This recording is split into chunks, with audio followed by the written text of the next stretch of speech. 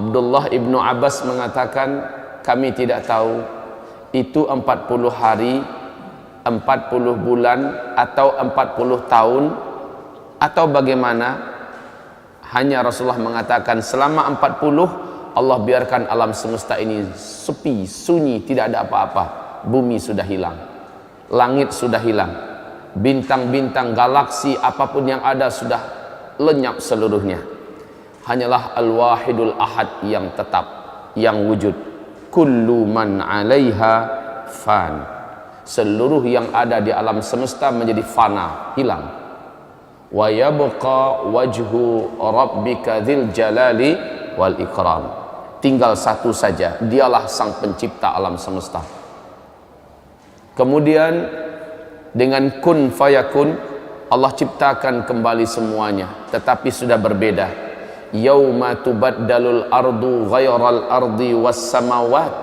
Pada hari itu Allah sudah ciptakan lagi bumi, tapi bukan lagi bumi yang sekarang ini. Allah ciptakan kembali langit, tapi bukan lagi langit yang sekarang ini. Rasulullah mengatakan bagaikan tikar yang maha luas bumi nanti. Dan bumi itu disebut dengan Ardul Mahsyar. Ini hamparan Ardul Mahsyar yang luas. Sementara ini adalah tanah di mana manusia-manusia di dalamnya ada. Rasulullah bersabda, datanglah hujan, turun dari langit, manusia pun bermunculan seperti cendawan yang tumbuh di musim hujan, kata Rasulullah. Bermunculan dari liang lahatnya, tetapi sudah sama baya dan usianya. Usianya sama muda semua, dan tidak ada yang berkhitan satupun. Laki-laki, wanita, tidak ada yang memakai pakaian satupun. Telanjang bulat muncul. Dan mereka sebaik muncul langsung tahu kemana harus mereka pergi. Langsung seluruhnya tahu kemana mereka harusnya pergi. Mereka seluruhnya menuju ke hamparan padang mahsyar. Tetapi keadaan mereka ketika itu sudah beda-beda. Rasul mengatakan, umatku saat itu ada 10 macam bentuk. Dan Nabi berkata kepada Mu'adz bin Jabal, bentuk-bentuk umat Nabi ini memprihatinkan dan sangat menyedihkan, tergantung kepada seperti apa amalnya dulu ketika di dunia. Ada yang dibangkitkan lidahnya panjang menjulur sampai ke lututnya, sementara dari mulutnya dan dari air liurnya mengeluarkan bau yang sangat dibenci oleh seluruh orang yang ada di padang mahsyar. Dan mereka kelompoknya yang lidah menjulur semua. Ada yang dibangkitkan tangannya yang berjalan, kakinya yang di atas. Seluruhnya satu kelompok itu seperti itu seluruhnya. Perjalanan ke padang mahsyar sangatlah jauh. Tidak ada air, tidak ada orang menjual apa-apa, tidak ada warung, tidak ada pohon, tidak ada jurang, tidak ada lembah, tidak ada tempat duduk. Dataran yang tandus dan luas menuju ke padang mahsyar. Yauma yakhrujuna minal ajdasi ka'annahum sira'a. Pada hari itu mereka keluar seolah-olah mereka seperti belalang, lalu meluncur ke tempat di mana mereka harusnya berkumpul. Dalam kepenatan dan kelelahan itu, sampailah mereka di padang mahsyar. Maka dimulailah acara padang mahsyar setelah waktu yang cukup lama. Kepanasan, tidak ada malam, panjang panasnya. Siangnya tidak ada malam, tidak ada sore. Matahari ketika itu, kata Rasulullah sallallahu alaihi wasallam, hanya ala qadri mailin, hanya 1 mil di atas kepala. Saat itu manusia-manusia, jin-jin yang pernah hidup di dunia, setan-setan yang ada sudah saling melihat, dan seluruhnya satu umur, satu baya, telanjang bulat. Bunda Aisyah bertanya kepada Rasulullah, ya Rasulullah, telanjang bulat, apakah tidak sibuk orang melihat aurat orang lain ya Rasulullah? Laki-laki melihat aurat wanita, wanita melihat aurat laki-laki. Apa kata Rasulullah? Al-amru yawma idzin asyad min ayyanzura ba'duhum aurata ba'd. Pada hari itu saking menegangkannya pemandangan dan keadaan, sampai-sampai tidak terfikir lagi tentang aurat dirinya dan aurat orang lain. Nggak selera sama sekali ngelihat aurat dirinya dan aurat orang lain. Lalu dalam waktu yang tidak jelas, dipanggang oleh terik matahari, bukan sehari dua, bukan semalam dua malam karena tidak ada malam, bukan sebulan dua bulan, bukan setahun dua tahun, puluhan tahun, bahkan ratusan tahun sampai ribuan tahun di padang mahsyar, nggak jelas mau buat apa. Akhirnya manusia panik, seluruh jin dan setan panik. Mereka meminta dengan penuh harap, apa yang mesti kita buat? Seluruh manusia berkata, bagaimana kalau kita datang pada nenek moyang kita, Adam alaihissalam, kita meminta agar dia mendoakan acara padang mahsyar dimulai. Datanglah manusia yang ada kepada Nabi Adam, wahai atuk moyang kami, wahai Adam, sudah lama kami di padang mahsyar, tak jelas dan tak tahu apa yang akan berlaku dan terjadi. Tolong doakan kepada Allah Rabbul Alamin agar acara dimulai. Adam berkata, bagaimana saya akan mendoakan untuk kalian kepada Allah? Saya sendiri pun hari ini entah selamat entah tidak. Dulu saya dilarang oleh Allah agar jangan mendekati pohon di dalam surga, ternyata malah saya makan buahnya. Hari ini saya selamat atau tidak? Pak, wallahi, demi Allah, Bapak Ibu, saat itu tidak ada orang yang berpikir tentang amal solehnya dulu. Sudah tidak ada. Orang hanya mengingat dosanya saja. Setiap orang hanya ingat dosanya saja. Orang lupa kalau dia dulu pernah haji, orang lupa kalau dulu dia pernah sholat, dia pernah puasa, lupa, yang dia ingat hanya dosanya saja. Adam berkata, maaf, saya tidak bisa mengapa-apa, tidak bisa membantu kalian, tidak bisa mendoakan kalian. Oh nafsi, wah nafsi, wahai jiwaku, wahai diriku. Maksudnya saya ini selamat atau tidak? Wahai diriku, wahai diriku. Pergilah kalian kepada Ibrahim, dia adalah Khalilullah, dia adalah teman Allah, mintakan agar dia yang berdoa kepada Allah. Semoga acara di padang mahsyar dimulai. Manusia pun berbondong-bondong meninggalkan Adam menuju mencari Ibrahim. Saat berjumpa dengan Ibrahim, mereka memohon dengan permohonan yang sama. Sama jawaban Ibrahim, dulu di dunia saya telah berdusta sebanyak 3 kali.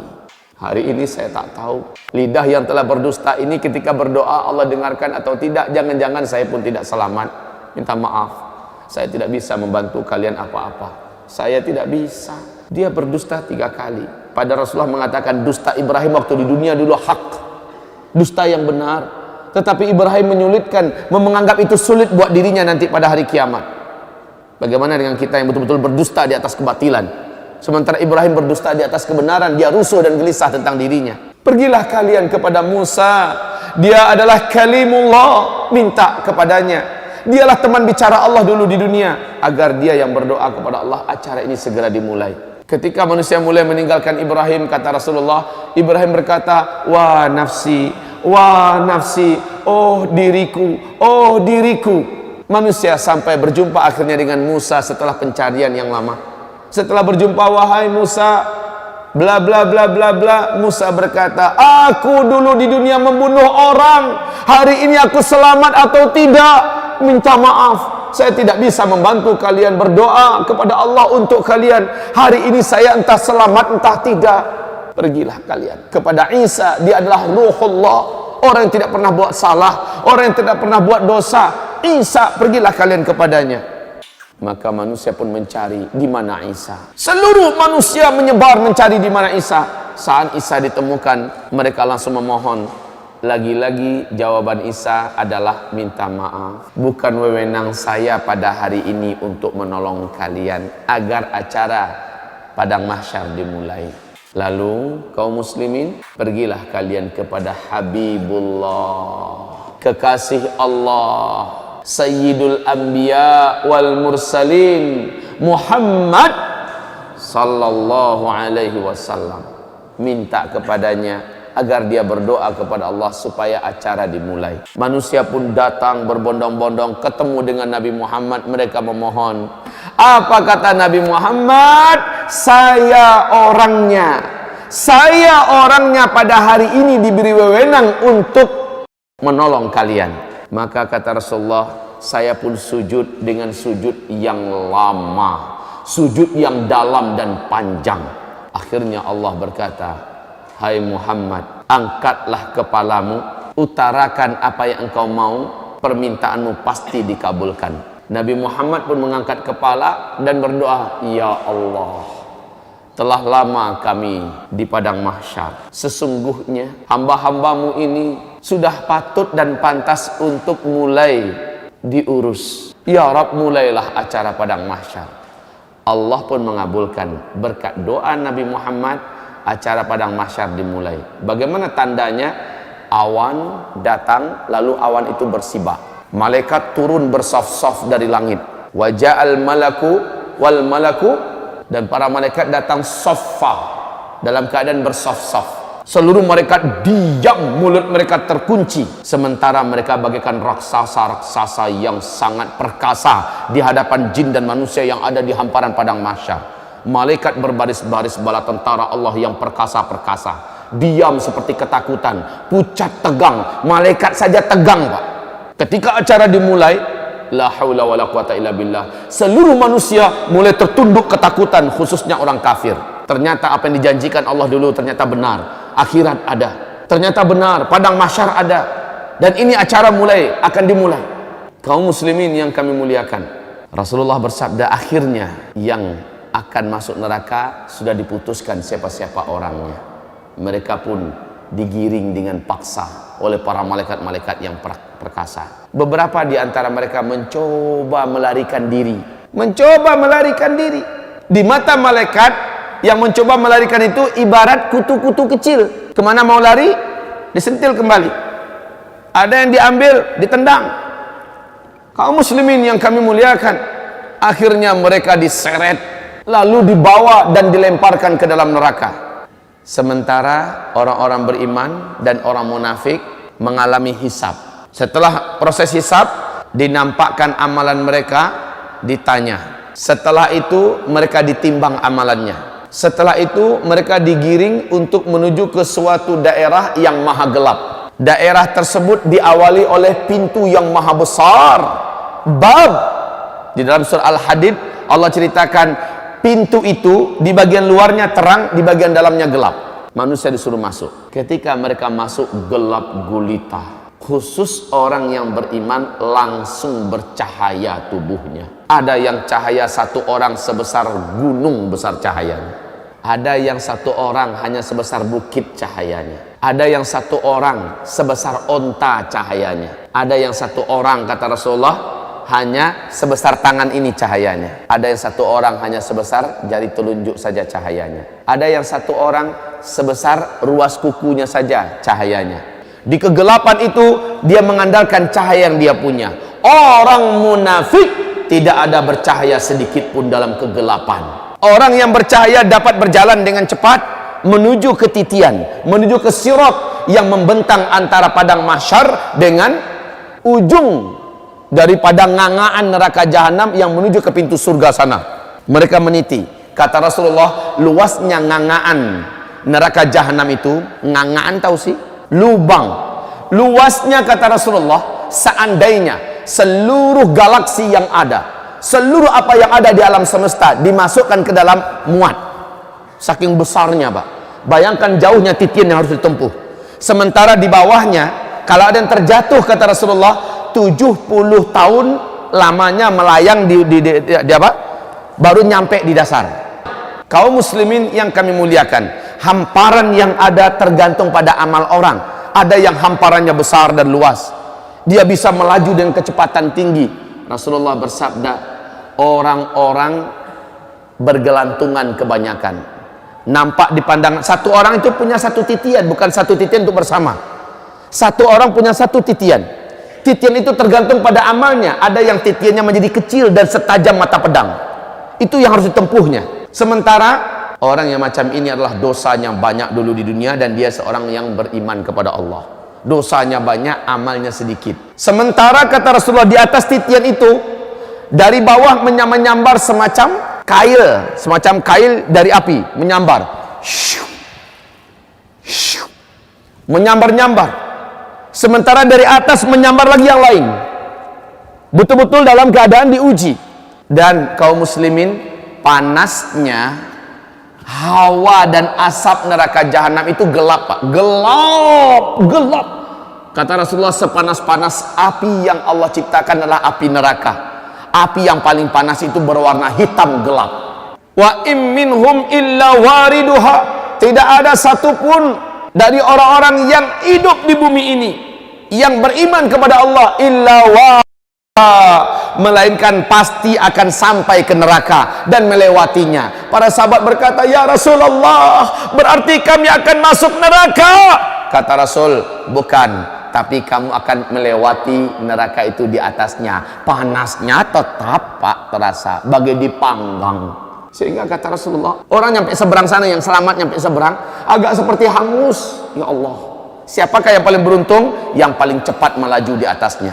Dari awal titian ini ke ujung sana, kal barqil khatif, seperti kilat yang menyambar. Yang paling cepat siapa? Orang-orang yang masuk surga tanpa hisab. Kata Rasulullah, dari titian ini ke titian sana hanya seperti dia mengerjapkan pandangan matanya. Seperti ini, satu kali kerjap dia udah nyampe seberang. Nah, selain mereka adalah orang-orang mukmin yang sebenar-benar beriman. Mereka lah yang banyak amal soleh, yang taatnya luar biasa, anti terhadap maksiat dan dosa. Dan mereka-mereka ini seperti kilat yang menyambar. Nah, pertanyaan, seberapa cepat sih kilat yang menyambar? 300.000 km per detik. Tahukah Bapak? Di alam semesta kita ini, yang sudah ketemu lebih dari 100 miliar galaksi. Satu galaksi, garis diameternya dapat ditempuh oleh cahaya, menghabiskan perjalanan 50.000 tahun cahaya. Yang ketemu sekarang sudah lebih dari 100 miliar galaksi. Dapat bayangkan, sementara seluruh galaksi yang ada di alam semesta dapat dimasukkan dalam lubang neraka jahanam. Bayangkan betapa jauh perjalanan walaupun dengan kecepatan cahaya. Kasihan yang amalnya minim. Berapa lama dia akan habiskan perjalanan? Nggak kebayang. Makanya kata Rasulullah SAW kepada Bunda Aisyah, seseorang tidak akan peduli dengan siapapun yang pernah hidup bersamanya dulu di dunia dalam 3 keadaan nanti di hari kiamat. 1, ketika dia sedang dihisab. 2, ketika sedang ditimbang. 3, ketika sedang dititian. Dia akan tidak peduli dengan siapapun. Dia hanya akan peduli dengan dirinya sendiri. Kaum muslimin yang kami muliakan, ya Allah, tidak terbayangkan oleh kita berapa lama dia harus berjalan di atas titian itu. Sungguh hanya amal soleh kita lah yang mampu membuat kita mempunyai kelajuan, Pak. Ada yang kelajuannya seperti burung yang terbang, kata Rasulullah. Ada yang kelajuannya seperti kuda tercepat yang pernah ada di bumi. Ada yang lajunya dia berjalan di atas titian itu seperti orang lari kencang. Ada yang maraton, ada yang jalan dalam keadaan terseok-seok, ada yang sambil merangkak, dan ada yang bergelantungan, dan banyak yang berjatuhan, Pak. Bapak bayangkan, Bapak bergelantungan jarak 50 meter saja. Di tengah dia udah menggigil tuh karena kelelahan. Lalu lama-lama kita akan lepaskan karena udah nggak sanggup, ya kan? Masya Allah. Maka kata Rasulullah, akan banyak yang berjatuhan dari umat beliau, masuk ke dalam neraka, berjatuhan. Bapak bayangkan, siapakah kita? Bayangkan, apakah tidak mungkin kita salah satu di antara yang jatuh itu? Bayangkan, apa andalan kita? Amal apa yang baru kita punya? Bayangkan, sudah hebatkah kita dengan sedekah-sedekah kita yang belum seberapa? Sudah hebatkah kita dengan puasa kita? Sudah hebatkah kita dengan kesalehan-kesalehan yang belum seberapa? Bagaimana kalau itu tidak Allah terima? Sementara titian begitu berat akan diseberangi. Jangankan Bapak, saya sendiri pun belum tentu akan selamat. Wahai hamba-hamba Allah yang kami muliakan, beratnya keadaan dalam titian. Sampai di seberang, Rasulullah sudah menunggu, ya Allah. Rasulullah sudah menunggu. Rasul melihat umatnya yang sudah mendekat. Dikit lagi hai umatku, dikit lagi hai umatku. Rasul berdoa, ya Rabb salim, ya Rabb salim, ya Allah selamatkan, ya Allah. Sedikit lagi hai umatku, sedikit lagi. Dipanggil oleh Nabi.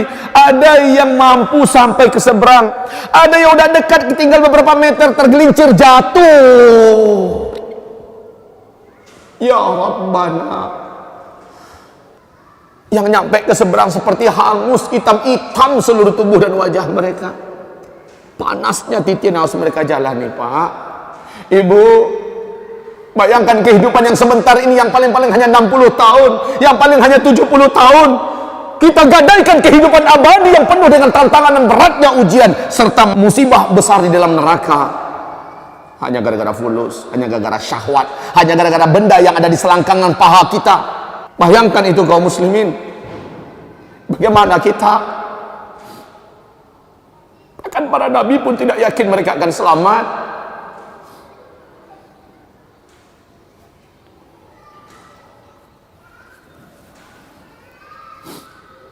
Kaum muslimin yang kami muliakan, sesampainya di seberang, udah selamatkah mereka? Nyampe di seberang, udah selamatkah mereka? Belum. Sudah tersedia satu telaga khusus disebut dengan telaga Nabi Al-Kautsar. Orang-orang yang selamat ke seberang. Seluruh orang munafik yang tadi gelap, mereka nggak nampak mana sirat mereka. Ketika mereka sampai di tepi jurang, langsung jatuh ke dalam, karena mereka tidak melihat apa-apa. Inilah nasib orang munafik. Orang munafik di belakang berkata, "Hai orang-orang beriman, tunggu kami, bukankah kita dulu sama-sama Islam?" Orang beriman yang punya cahaya meluncur yang berkata, "Sorry, kalian perlu cahaya, ambil ke dunia. Dulu kalian tertawakan kami karena kami kuat beragama. Orang-orang yang tertawakan jenggot, orang-orang yang tertawakan kita sujud, orang-orang yang tertawakan wanita muslimah kita yang bercadar, orang-orang yang tertawakan hafiz-hafiz Quran, orang-orang yang mengejek pondok pesantren, padahal dia orang Islam, orang-orang yang membuat senang hati orang kafir dengan mengeluarkan kata-kata yang melecehkan dan merendahkan Islam. Mereka kaum munafikin dan para pengikut mereka gelap gulita, tidak percaya. Sementara orang beriman, singkatnya, yang selamat sampai ke seberang, kaum muslimin, setelah sampai di seberang belum tentu lagi selamat. Memang kakinya sudah lepas dari tali, dari titian. Dia sudah menginjak daratan menuju ke pintu surga. Dia dipersilahkan minum di telaga Kautsar. Tapi kata Rasulullah, ada orang-orang dari umatku kelak, saat mereka sampai di seberang, aku membagi-bagikan minuman dari telagaku. Air dari gelas-gelas yang ada di tepi telaga itu sangat banyak, umat Nabi bisa mendapatkannya. Tapi ketika ada orang-orang tertentu ingin mendapatkan, dia didorong oleh malaikat, dicampakkan jauh-jauh. Mendekat lagi dia didorong oleh malaikat, dicampakkan jauh-jauh. Padahal dia haus, ingin minum. Rasul berkata, "Hai para malaikat, mereka adalah umatku, kenapa kalian melarangnya? Kenapa kalian tahan? Biarkan dia minum." Apa kata para malaikat? "Hai Muhammad, engkau tak tahu ya, orang-orang ini adalah di antara umatmu yang setelah engkau tidak ada, mereka mengarang-ngarang ajaran Islam yang engkau tidak ajarkan.